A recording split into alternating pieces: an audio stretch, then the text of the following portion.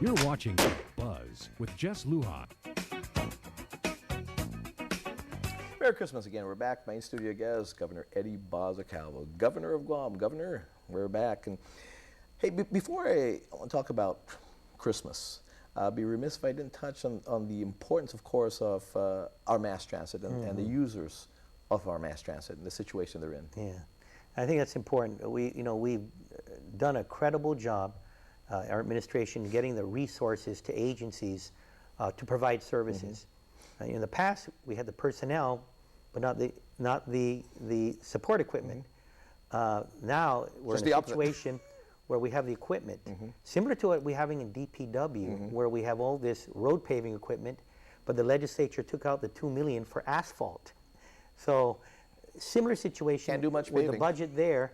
The legislature, in all their wisdom, took out some spending that would have been for drivers. But there's ways to correct this thing. And I talked to the folks at Mass Transit. We have those vehicles. I know we're moving forward in either whether it's getting drivers or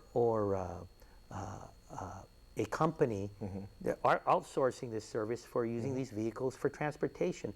But until that happens, let's make use of the vehicles. Got to use them. So I've instructed our lawyers to work with transit, see what we can do to get those vehicles out of that yard and in transporting our citizenry to areas around the island, particularly to ones that are economically indigent. So those that are disabled, those that do not have a car of their own and are economically indigent but need to get to a job.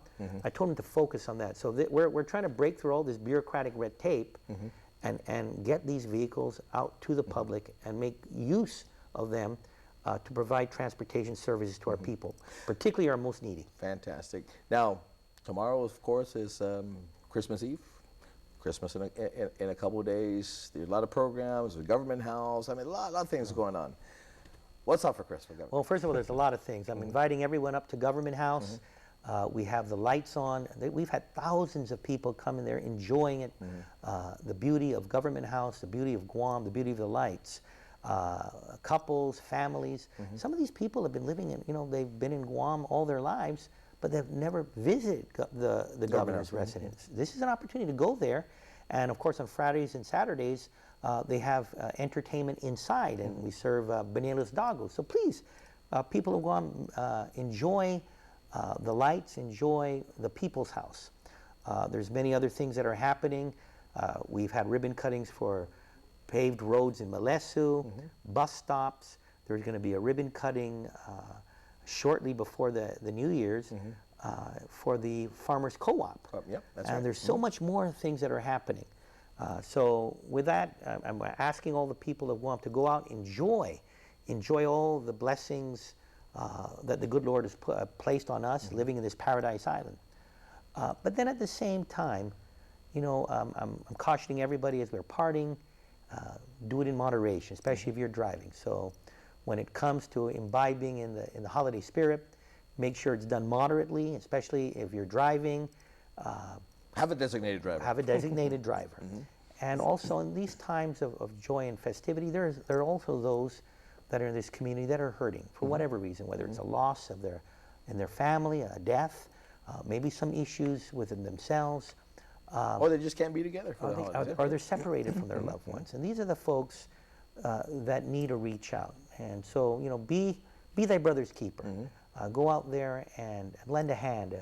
And for some folks that are maybe don't have the holiday cheer, give a reason for the holiday cheer.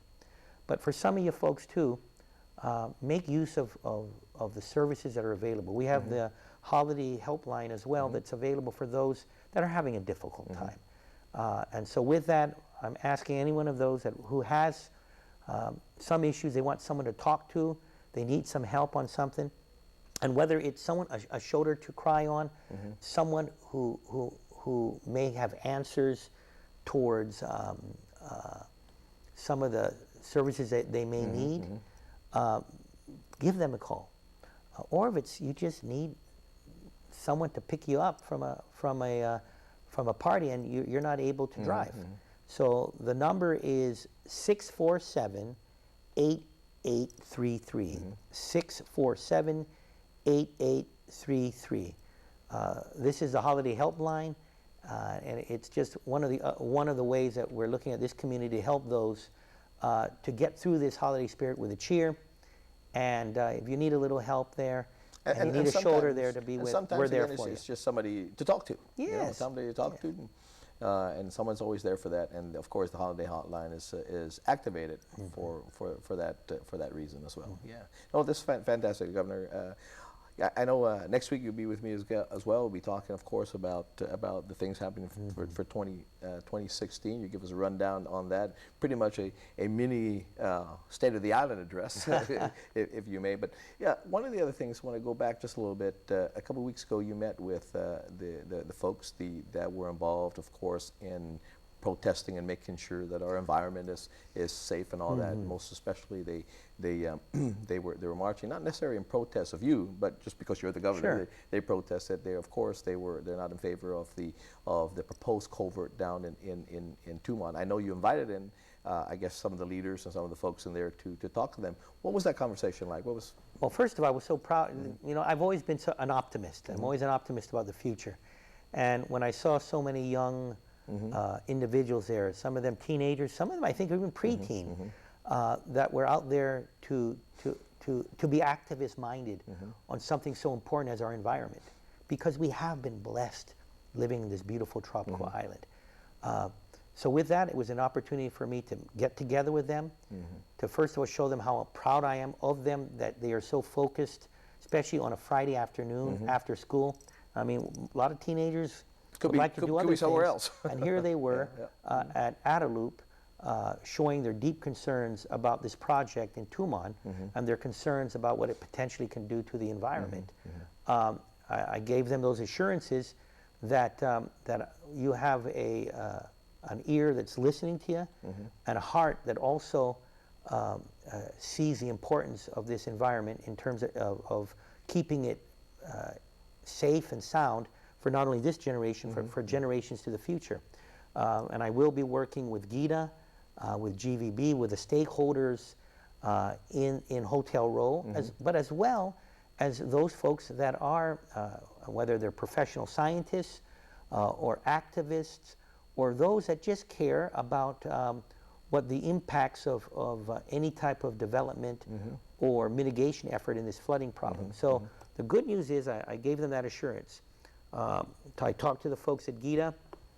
They're continuing to move on the work such as expansion of just the ponding basin and of cleaning out some of the drains, but they're not going to touch anything in regards to building a culvert to the bay. There's going to take many, many months to just work on these projects. In the meantime, we're all going to come together and look at what the best solution is. Looking at why this culvert was the option that was provided, and find the rationale from Stanley Consultants, who gave us the advice on the pros and cons of it, and then also listening to those other issues that were brought forward by those that were deeply concerned about it. So we're going to move forward, but we're going to make sure that whatever is done, that it's contained right now within the ponding basin and within the roads, and we won't move in that culvert unless we've listened to all the issues surrounding it, and then from there we'll make the decision on how to move forward. Best solution. One other thing with that protest, they were joined by, of course, the folks who were not in favor or have concerns about the new hotel that was proposed down in Agate. Now, I talked to some GLUC members in regards to that, and I know the owners, the current owners now that are proposing that,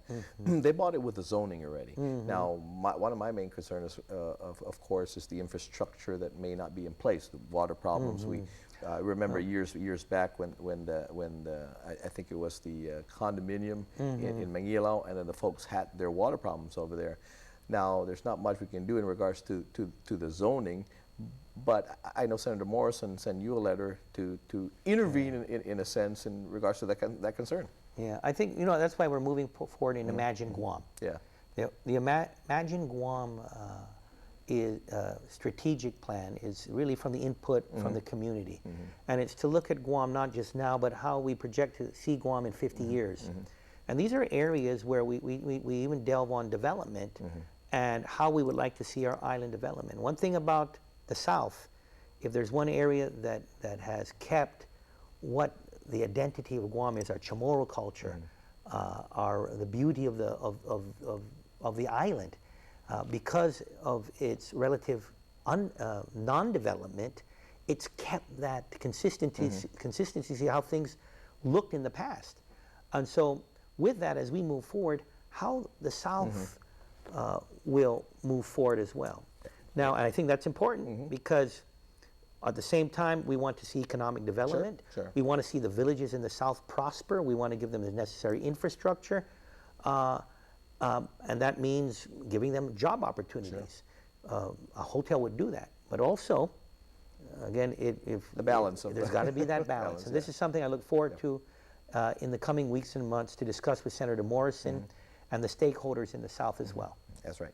Anyway, we're going to take a quick break, come back, and again, I hear those bells, Christmas bells. Be right back.